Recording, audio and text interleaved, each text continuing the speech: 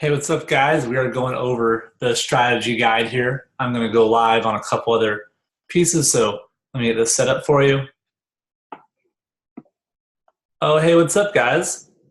We are going live here with the 19.1 strategy guide. Okay, we're kicking it off and we're focusing here on the gyms we work with. We're going to go live one more time. I am everywhere and anywhere, and it's going to be good. So let me know what you think. Give me a comment here if you are watching. What's up, my peeps? 19.1. We got, I wouldn't say classic little couplet, but we got some couplet going on, wall ball and rowing, 15-minute AMRAP, 19 calorie row, 19 wall ball, because why? Well, it's 2019. So that's how that works, I guess, right? It's 2019. You do things based on the number, what year it is. So there we go. We're going to break it down. Definitely a different feel and flavor for the year for everyone. Usually we kick off with something with a punch.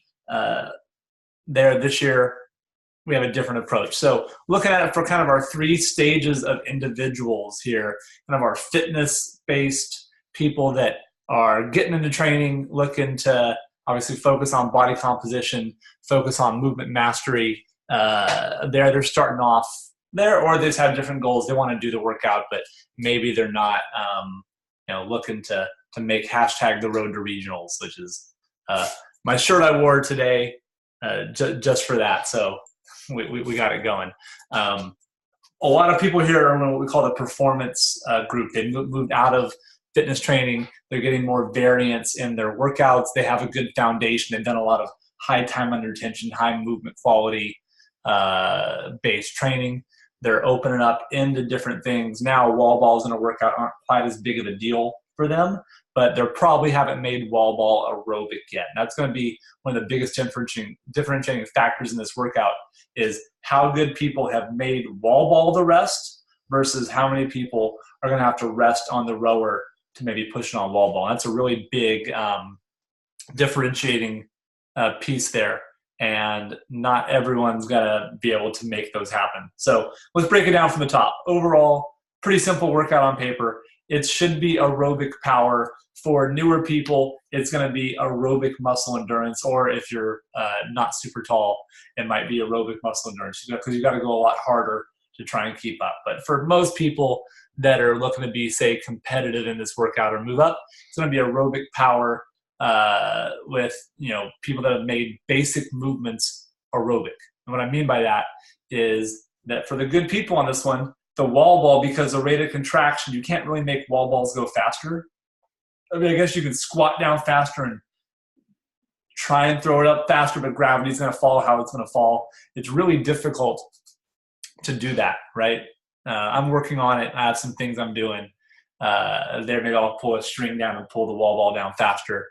But once you've made that the same pace and the wall ball have their pace, now it's the row where the differentiating is going to come in. Okay, obviously we'll get into setup, levers, etc. on that and how you want to be. But the row for the advanced people is going to be where you have to push it on this workout. People with longer levers, that's going to be great for you. I'm sure it's CrossFit. There's going to be a week where you get totally crapped on, where it's burpee box jump overs and a long chain snatch and thruster, but the wall ball and row, hey, it's your week to start, so make the most of it. Both movements have kind of similar contraction rates, meaning wall ball is kind of like that, rowing kind of that pace also. So you can get about a stroke in every 2 seconds if you're doing 30 strokes per minute, which maybe you'll go a little less than that because it's a 15-minute workout. Depending on your body type, obviously a little bigger, you can have a little lower stroke rate. Wall ball, about 30 a minute. If you're really fast, maybe you can do 35. You can't do 45 wall balls a minute and also tell me that you're doing it legit. It doesn't really work that way, right? So that's not going to be the case here for that. So the wall ball, that's why we say that's going to kind of be the aerobic consistent pace for advanced people, because that's going to be what it is. You're going to go unbroken on the high inside. And now the row, if you go unbroken, and that's the limit of the threshold of your limit of your abilities, now the row is going to be slow and recovery, right? Because you pushed it on wall ball. This is going to be people in performance a lot.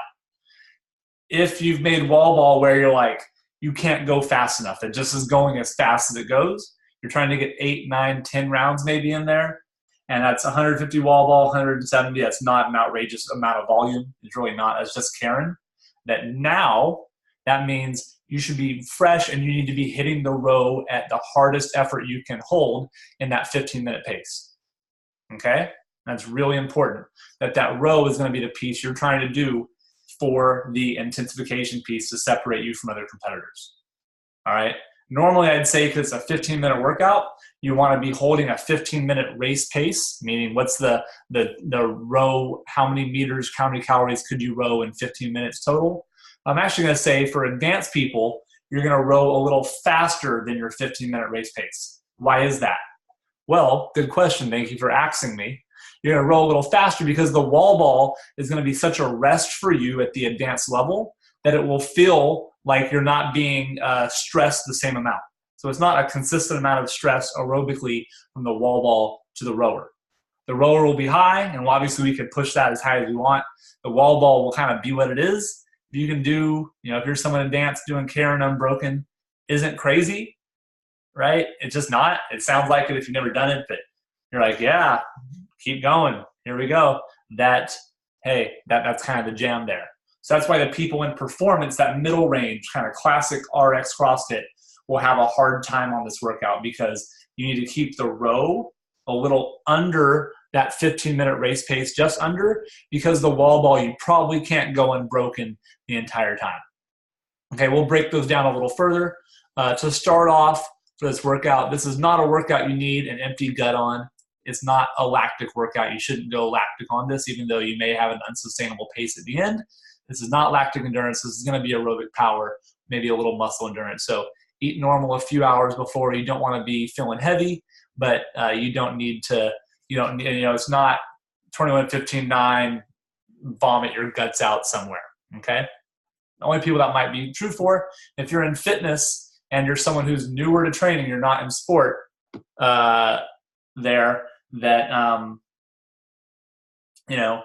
you may not pace it right, so you may just go too hard out the front.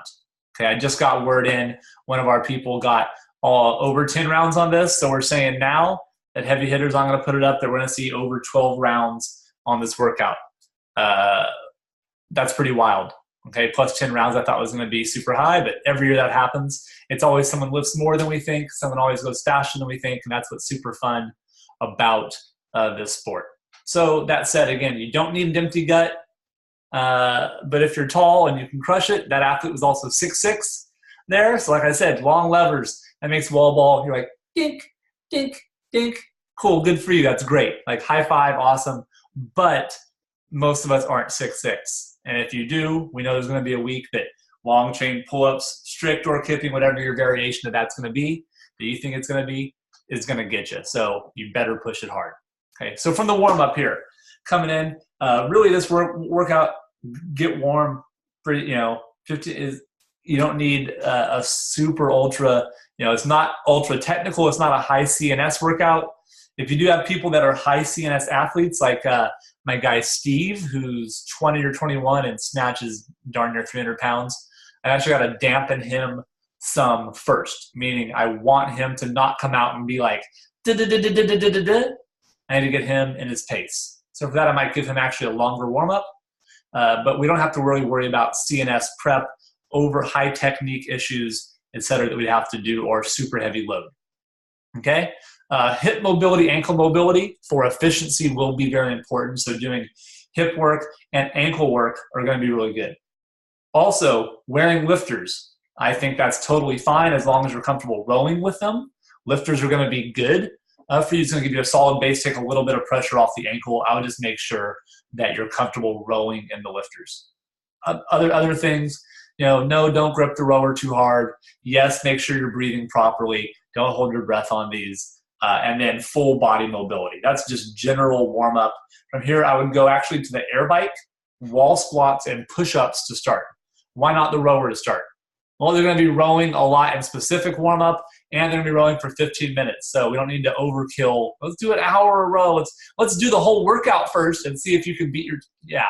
Okay, so air bike, wall squats for thoracic extension and efficiency of movement is going to be great. That means the easier and more efficient that movement is, it requires less oxygen to do. Less oxygen to do on the wall ball makes them more aerobic, and that means you can now do what? You can crush the rowing harder, which is where the real people are going to be hitting it hard. Really hard, okay? So that's what we want to go for on that. Probably a couple sets of easy air bike for maybe like 30, 60 seconds, 10 wall squats, 10 push-ups, so we just upper body pushing, you're fine, right? Next set, we're going into specific warm-up, right? You should be getting warm. It's going to be 2 or 3 sets here through.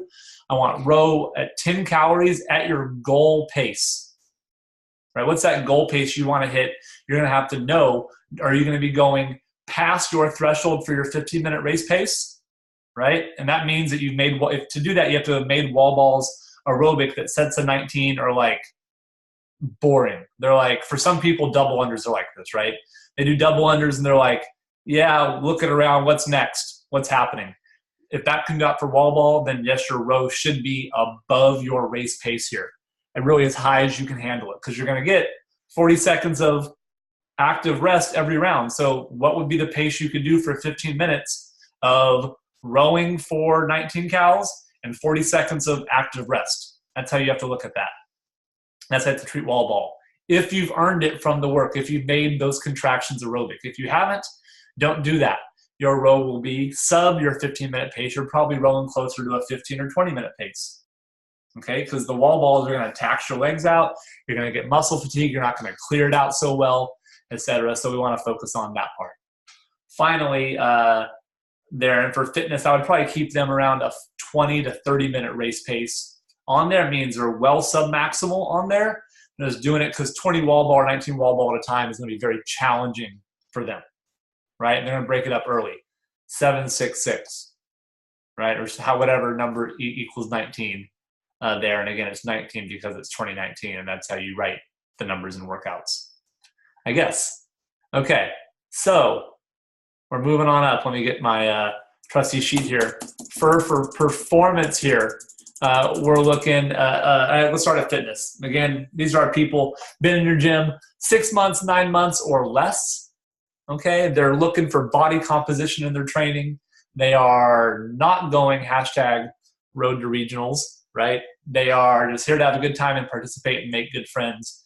Good. Steady aerobic throughout the whole thing. The wall ball will be the higher output piece for them.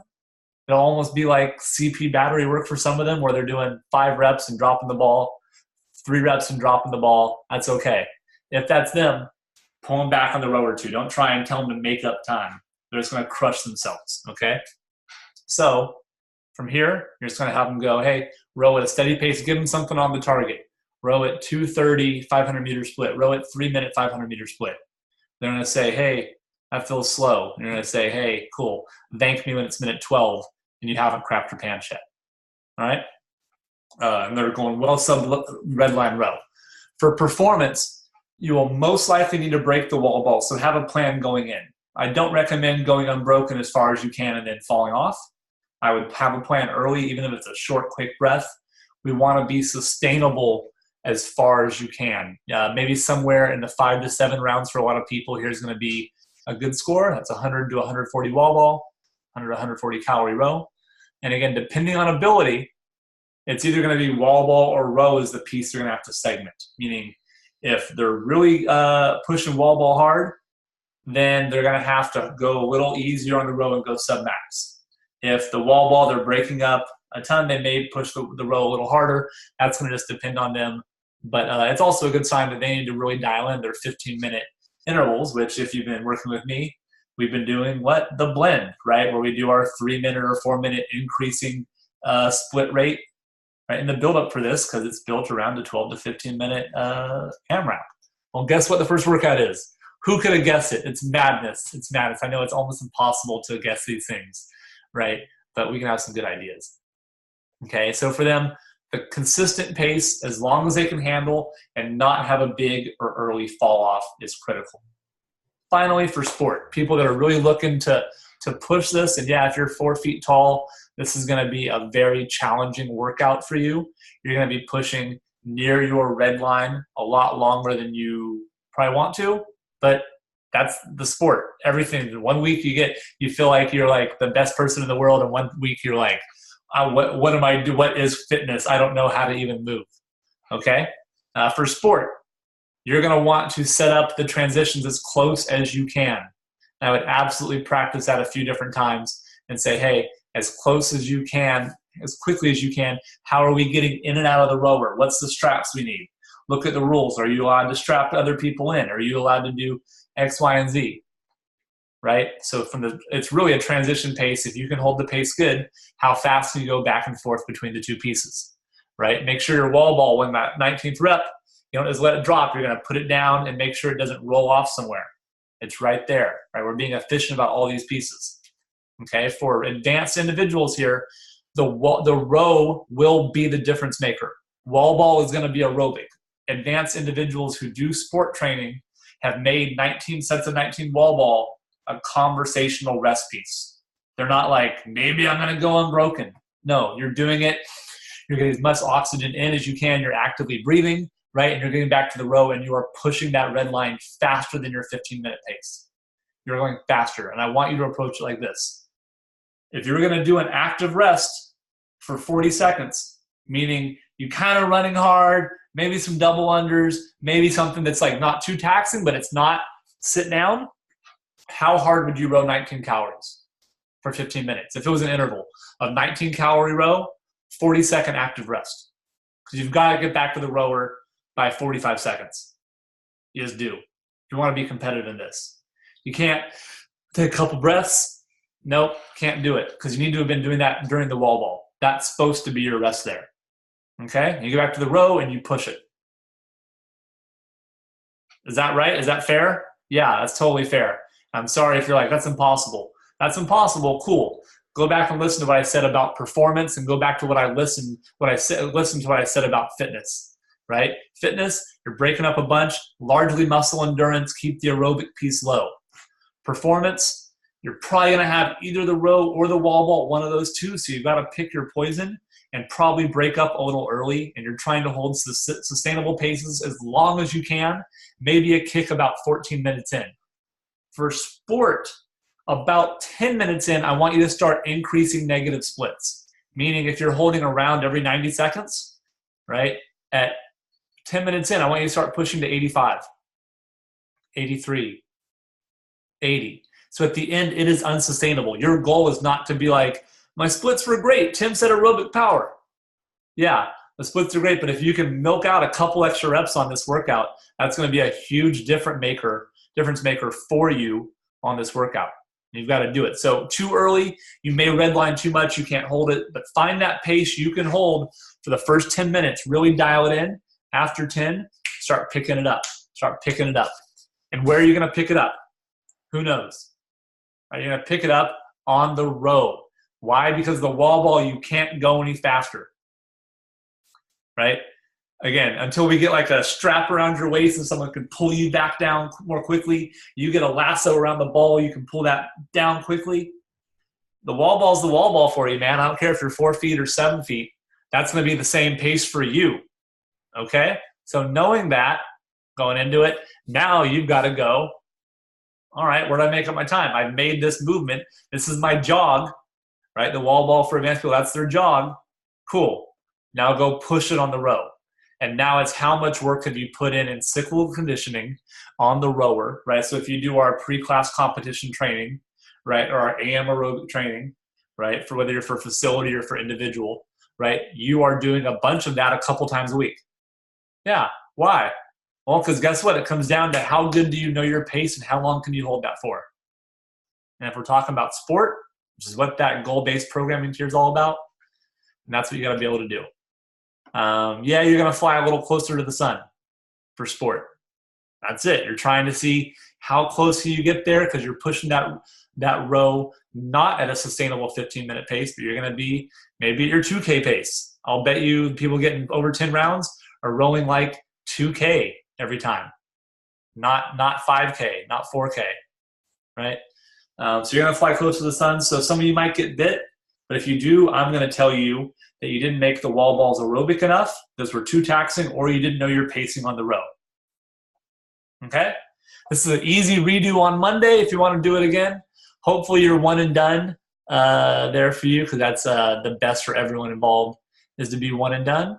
And yeah, I'm gonna stop my screen here and we'll answer some questions. In one sec. I'm on multiple devices. Look at this. There's so much Tim here. It makes me sick.